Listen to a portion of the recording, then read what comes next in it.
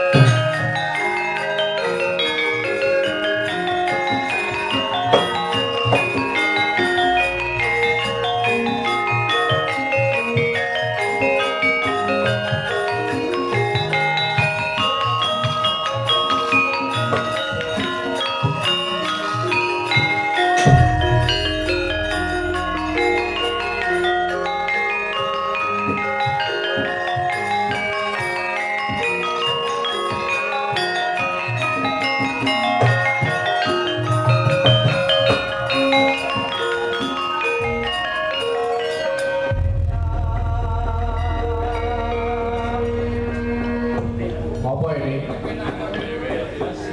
Kok pucet raimu iki ngopo? Kan piye? Mesti mung bakal gagal wigar tanpa karya, urung manggonku bakal gayo kencana resmi. Lah sebabnya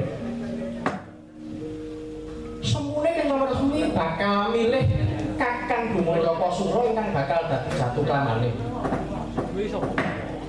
Lah kok iso? Kencana resmi gawe bebono. Sapa sing bisa masrahake senjata cakra kelawan cupu manik gambar jagat utawa cupu retna gemilang? Ya iku ingkang bakal dadi jatuh kramane kencana resmi. Kamangka Kakang Antasena ngerti dhewe. Cupu manik gambar jagat kuwi kagungane Dewi Pertiwi. Akhire Dewi Pertiwi. Aku tak jaluk Dewi Pertiwi kowe. Kudu Tiwi. Lah sapa? Ibu Pertiwi. Kudu. Ibune Kakang Bromo, Dewi Pertiwi. Oh. Kamangka Sendra Sokra uga kagungane Siwa Bathara Kresna. Yen ngono aku gampang kok Kang Setijo anggone njaluk mesti bakal keturutan. Mung apa? Bapak kula nyuwun senjata. Ibu kula nyuwun cupu manik wis kari dipasrahke. Saiki tak ibuke. Wong tuwa iki pancen luwih pengalaman tinimbang Cana. Ibu, kuwi ngopo kuwi tangane kok dadak nggawa serbet kaya pramu saji. Ngene iki. Kabeh iki nganggo akal ora nganggo akal. Kamu piye? Kowe ora usah kuwatir. Sak dunura janur mlengkung kabeh iso digayuh. Nganggo akal. Wis Kang aku wis ikhlas pila legowo, aku bakal mundur wae ora bakal gayuh secara resmi. Aku tak bali ning Drepsila Geni ya Kang. Ya bali kono. Ning pesthekno nek aku ora tekan kono, aku mesti wis mati. Lah ora apa to? Ketara kowe iki wong gelo, kowe wong getun. Wah, rusak karo kowe.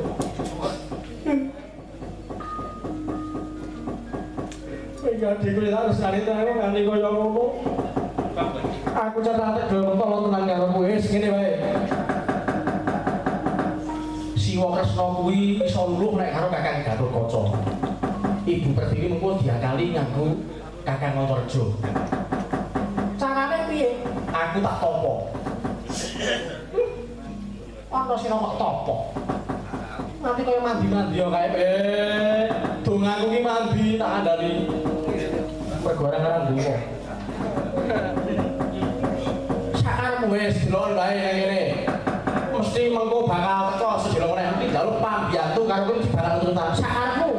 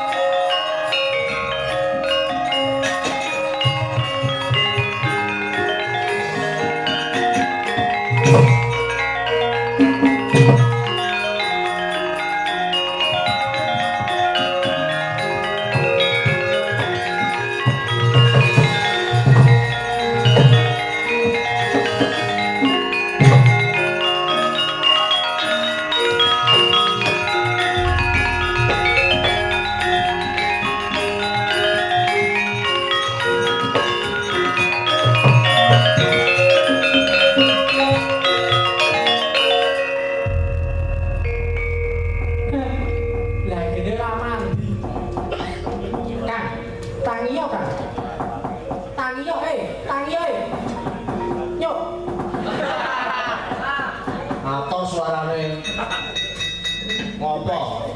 Endi? Gene ya ora teko. Lah wong Antasena kok tampa apa ya kelakon jagat iso junduk. Kowe iki nek ora dong iki mbok rasa omong sik. Iki tak dong cangkeman. Lah piye to? Mengu kok, nule yo.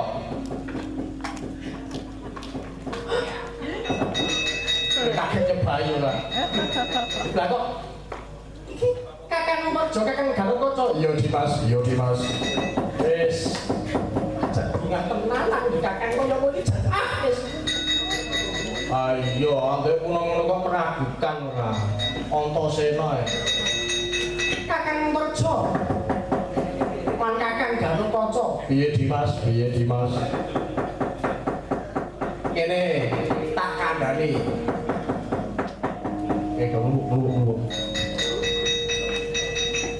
Belum.